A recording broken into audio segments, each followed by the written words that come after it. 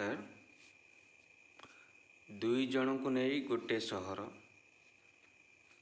आस जानिबा केउं सहर दुई जन को नहीं गठित होइछि। एठारे किभरी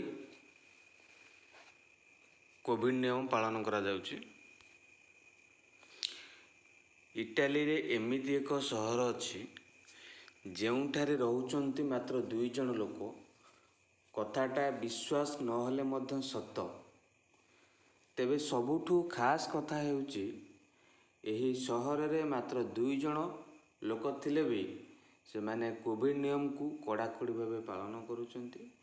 इटाली रो नटस्को सहर रे केवल दुई जन अवसर प्राप्त वयस्क व्यक्ति रहउचंती।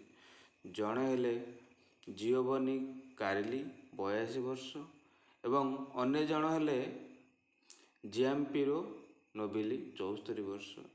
सेमानंकर केही पड़ोसी नाहंती। तथापि कोरोना आक्रांत होई सेमाने निज जीवन को विपद रे पकेबाकू चाहती नाही। तेणु कारिली ओ नोबिली कोरोना नियम को कड़ाकड़ी भावे पालन करुछंती। एही सहर रे केवल दुई जन लोक रहउथिबारु एठारे पर्यटक को आकर्षित करिथाए।